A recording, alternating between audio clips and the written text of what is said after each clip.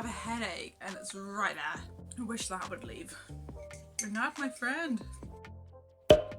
I want to start this video by thanking one of you guys. You know who you are. One of you said that you really liked my singleness video where I just sat and talked and shared some of my personal experience, and I really appreciate that because I feel like some videos I kind of hesitate talking too much about myself because I worry that that's like arrogant of me. So yeah, thank you to that person. That's really what I needed to hear, and it's just extra special that I didn't go out asking people for that, and that just sort of came to me and found me. So today we are talking about when friendships end, but I'm really focusing more on when people in your life that are very close to you choose to leave.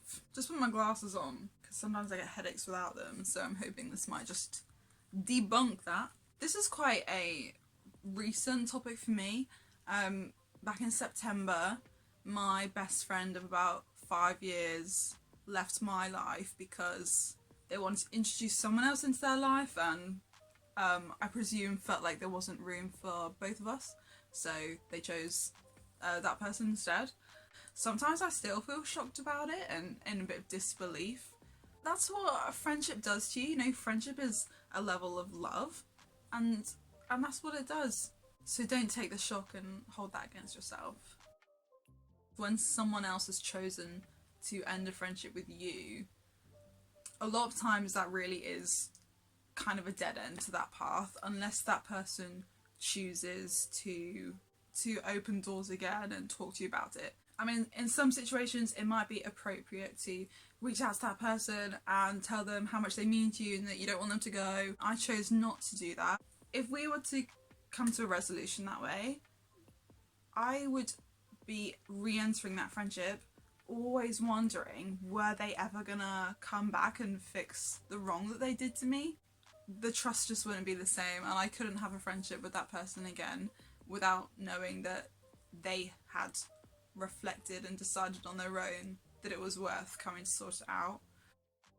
The irony is there's been so much freedom for me knowing that there's nothing I can do, because it forces you to take your eyes off that person and that friendship and see what else is around in your life, because sometimes friendships with people can be so intense that that's kind of all you see, and everything you have is influenced by that person. So when you take them out of the equation, you have no choice but to see what your life is like without them, and that can be really revealing. It can show you areas of your life that you have neglected. I spent so much time with this person, and that once they left my life, that used time went with them. So I was sat here realising how much time I had. Some of that time I spent being upset and moping around, like that's to be expected. But at the same time I'm thinking, wow, I can sit at my dressing table for hours and listen to music and sitting down and painting, watching TV, just some basic stuff that had been neglected. It was just so amazing to know that I had time to do that again and invest in myself. You will grow to realise how important those things are once you have the opportunity to reintroduce them into your life.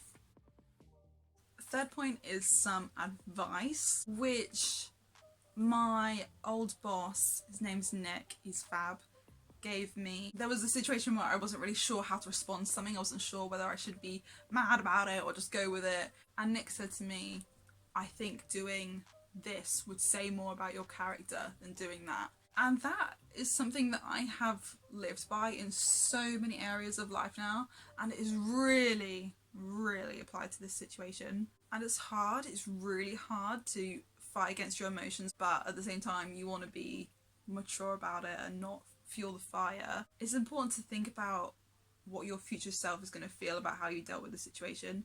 You know, is your future self going to be thanking you that you went and slapped that person in the face? I knew that it was really important for me to just observe the other person and how they were going to deal with it.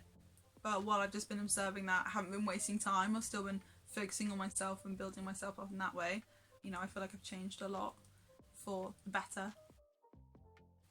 When you've digested the situation a little bit for yourself, when you're ready, ask your friends what they truly think about it. Most of you guys know Rosie, she's been in lots of videos. She said to me that when I was in a friendship with this person, I didn't have time for any of my other friends. Sometimes it's good just to really listen to what they're saying and review it and take it in and see what you can do better. There's a lot of very obvious cons, so I'm not going to go into those, but I don't want you to think that I'm not acknowledging that they're there, because they're there. But I'm going to focus more on the blessings because they're a bit less obvious some of the time. Some of the reasons why you might not notice the blessings straight away might be because they are still developing as time goes on. It might be because some of the blessings are actually changes that are happening in that friend's life that you don't know about. Sometimes you might not notice the good things until way further down the line, but that's not necessarily because they don't happen until then. It might just be because that's when you get in the more clear headspace to see those things. One of the hardest things has been the mindset that the friendship you had there can never ever be replicated somewhere else. That's just impossible. No, you can't have the connection with anyone else that you have with this person. And in some ways that's true, because the connection you have with that person is very individual and unique to you two. But God has surprised me. No, not even surprised. I'm honestly wowed by how God has totally proven me wrong in that area. And that's not me tearing down that friend that I lost. It's actually building up other people in my life that were already there, or new people that, you know, just make you go, wow, you're really cool. And now I can totally see that if I was still friends with that other person in the same way, then I totally would have overlooked the people who I really, really appreciate now. It's also great to know that what you missed from that friendship is totally possible to recreate somewhere else. I'm not saying the favourite restaurant that you went to with that person, go to with someone else. If he really loves that you guys had this special food place that you always went to, get other people in your life and go to a special food place with those people. Or if you really miss how affectionate you are with that person, be affectionate with your friends and introduce that level of deep friendship and affection there. I don't know if you guys have seen the episode of Friends. This is, okay, it's slightly inappropriate. Monica is talking about the erogenous zones, and she goes through different numbers that then build up to 7, and she says a 1 2, a 3 2, a 5 2, like that's a terrible impression, but the point is she doesn't just go 1 2 3 4 5 6 7. And in the same way, your healing process might not be shock, feeling sad, despair, peace, discovery, thriving. You might be shocked and then sad and then angry and then shocked again and then happy and then sad and then freedom and then, you know, whatever. Like it can jump around, but over time you will be getting closer to those higher levels of freedom, happiness. Sometimes vulnerability is really, really good, but also dignity is a good thing.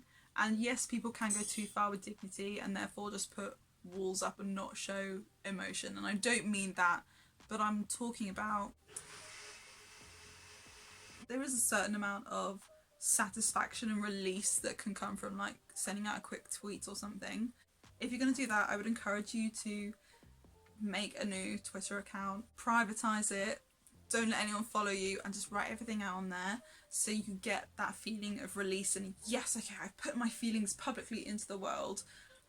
But down the line, you're not going to have to deal with the regret or embarrassment of sharing too much about it publicly. Writing letters that you never send can also be a really good way to get it off your chest. But with that, you know, the advantage is one day, if you do become friends with that person, you could share those letters with them, or you could choose to never show anyone. But once you put something out on social media, you don't have that choice to take it back. So I would just think really carefully about what you share publicly. Hey, I'll just show you this kitty because one of you said that you wanted more cats in videos. This is Moira. Oh, she just has the chunkiest tail. She doesn't like to stick around for too long sometimes. It's good to just ask yourself, if someone like God with that much knowledge thinks that it's good to allow this to happen, what could be the reason for that? And it's a really tough question when you're feeling emotional, and it might not be something that you figure out the answer to straight away, but for me, you know, there were certain ways where that friendship wasn't healthy. God hates sin. Like, he knows what it does to people and he wants better for us than that. And sometimes his decision is that in order to stop the darkness that comes from that sin, it's best to end the friendship. I'm not saying that's the sole reason why this friendship ended. Like, also, people do stuff that really sucks, but as a benefit, I have noticed that I have had freedom from particular sins since that friendship has ended. Let me tell you, learning to rely on God is possibly one of the most horrible lessons that you will ever have to learn. It's one of those lessons where you just have to learn it over and over again. The benefits of it are fantastic. The actual learning process, horrible. I always used to struggle relying on God in certain situations because when I was upset about something, getting a hug from that friend felt 10 times better than going to God in prayer about it. And it was that feeling, that immediate gratification that I yearned for and that I prioritised. And that is so not the way to go long term. And I think it was pretty evident in me that I wasn't going to learn that lesson until I was forced to, because that friend had gone and relying on God was all I had. People leave your life. Sometimes it's because they choose to. Sometimes it's because of things that can't be helped. But God is someone who is unchanging and is totally reliable. If you're relying on an unreliable human, as we all are, that's very risky and you're bound to get hurt. God tends to work deep down in like the roots of your heart, and he works there to solve those issues at the source of them. The people, they don't have that like transformational healing power, but they are able to go take you out for a Mackey's when you feel rubbish, which is nice, and I'm not knocking that, but it is a total disaster if you have that and no reliance on God. Oh my goodness, this video is like 50 minutes long. I don't know why I do this to myself. I'm like, I want this video to be, you know, maybe 10 minutes long, so I record for about 15, 20, so I don't have that much editing to do, and then suddenly you've been here nearly an hour. Okay. I hope you liked this video of me talking a bit more personally about stuff. I do plan to do a video soon about bereavement, losing someone because they have passed away. So if you guys have any questions, comment them down below or DM us on our Instagram page. I'm very happy to answer things about that if there's stuff that you want to know.